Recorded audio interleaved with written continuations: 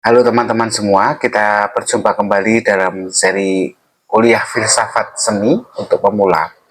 Nah, hari ini kita akan membahas hubungan antara seni dan emosi dan bagaimana teori para filsuf mencoba menjawab itu. Teman-teman, ketika kita melihat lukisan seperti lukisannya The Starry Night karyanya Vincent van Gogh, kita kemudian bisa pada umumnya orang yang melihat lukisan itu, teman-teman bisa cek di Google Image ya, Vincent van Gogh The Starry Night. Coba teman-teman perhatikan. Di situ mungkin teman-teman akan merasakan ketenangan, tetapi juga ada kesedihan dan juga harapan gitu ya. Nah, pertanyaannya kan adalah bagaimana bisa uh, lukisan yang isinya sapuan warna-warna di atas kanvas itu menimbulkan perasaan semacam itu.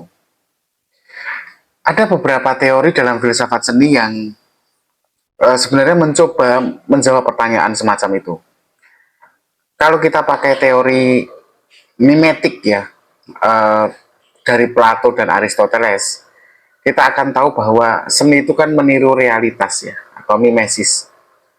Jika seni mencerminkan kehidupan, maka wajar jika kita bisa merasakan emosi saat melihatnya, karena misalnya kita melihat um,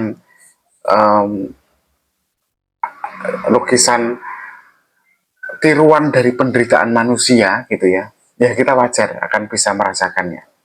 Aristoteles bahkan menambahkan bahwa tragedi misalnya, tragedi dalam pertunjukan di Yunani waktu itu menyebabkan katarsis ya, atau pelepasan emosi, tetapi pelepasan emosi itu menyehatkan.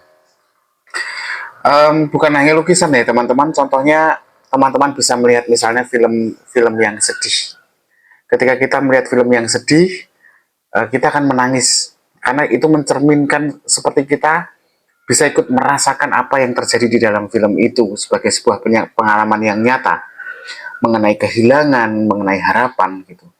Dan setelahnya kan kemudian ada perasaan lega, nah itu yang disebut sebagai katarsis. Tetapi apakah seni itu hanya sekedar meniru kehidupan? Kita sudah mempelajari tidak ya. Seni sendiri itu juga menciptakan bahasa emosi yang unik. Dalam buku berjudul What is Art yang sudah kita bahas juga dari Leo Tolstoy, filsuf Rusia, novelis, dia mengatakan bahwa um, seniman itu menuangkan perasaan mereka ke dalam karya seni, dan ternyata audiens, penontonnya, penikmatnya itu bisa merasakan hal yang sama.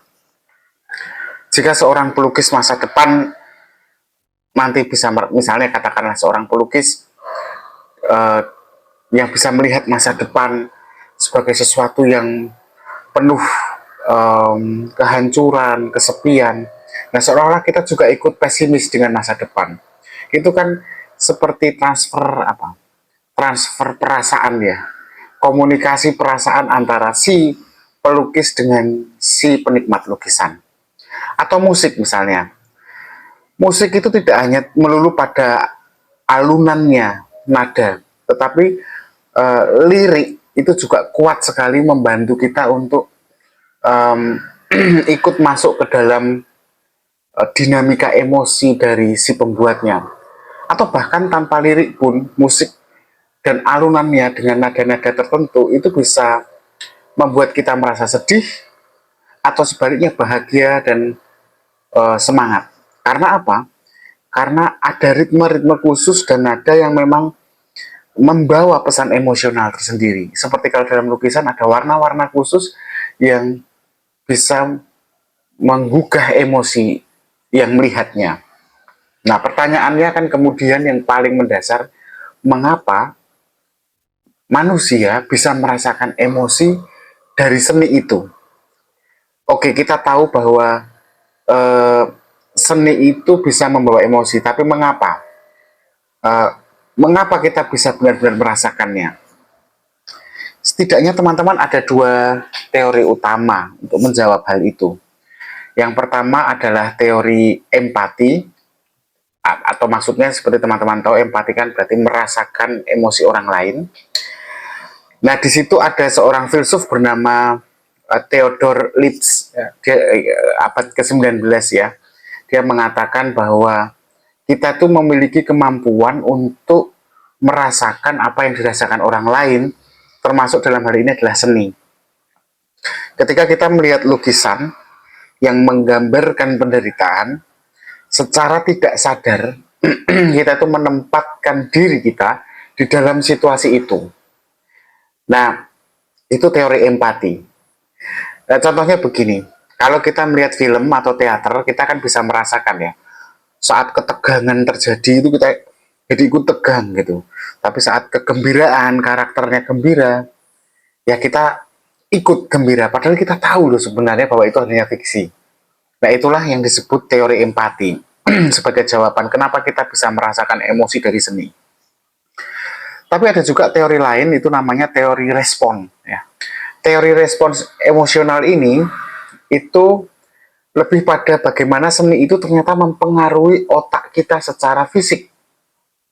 Jadi ada penelitian neuroscience yang menunjukkan bahwa ketika kita melihat produk seni, otak kita ini merespons dengan cara yang mirip ketika kita mengalami emosi di dunia yang nyata. Misalnya tadi ya, musik itu bisa mengaktifkan bagian otak yang berhubungan dengan kebahagiaan atau kesedihan. Musik-musik klasik seperti Beethoven itu kan ini ya, alunannya itu kan membangkitkan perasaan patriotik atau heroik ya. Tapi kalau musik-musik yang dimainkan di nada minor itu membangkitkan rasa melankolis, dan itu jawabannya kalau secara neuroscience itu ternyata memang mempengaruhi otak kita. Otak kita bisa merespon, maksud saya. Nah, pertanyaannya kan kalau kemudian tadi kan mengapa seni bisa mempengaruhi emosi manusia? Nah, pertanyaannya, apakah seni kemudian harus selalu memuat upaya untuk membangkitkan emosi dari audiensnya? Gimana kalau misalnya seni tanpa emosi? Apakah mungkin? Apakah seni bisa tetap disebut seni jika dia tidak membangkitkan emosi? Nah, beberapa seniman modern dalam gerakan seninya, aliran seni minimalisme, itu berusaha justru menciptakan seni yang netral, yang tidak emosional. Tapi bahkan karya yang tampak netral, dingin, dan tidak emosional pun itu bisa membangkitkan emosi. Ada perasaan ketenangan dan ada perasaan, setidaknya ada perasaan bosan ya ketika melihat satu lukisan minimalistik.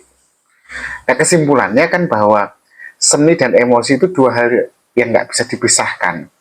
Boleh orang berusaha untuk membuat satu bentuk seni, produk seni yang tidak membangkitkan emosi, tetapi toh akhirnya tetap saja membangkitkan, karena selain tadi ada manusia pada dasarnya punya empati yang tinggi, pada titik yang lain secara neuroscience memang otak kita itu disetting untuk bisa menangkap dan merespon hal-hal itu dengan emosi. Nah, saya pikir itu saja yang bisa kita pelajari hari ini. Kita akan ketemu lagi besok tentang mengapa seni harus punya makna. Terima kasih, tetap berpikir kritis.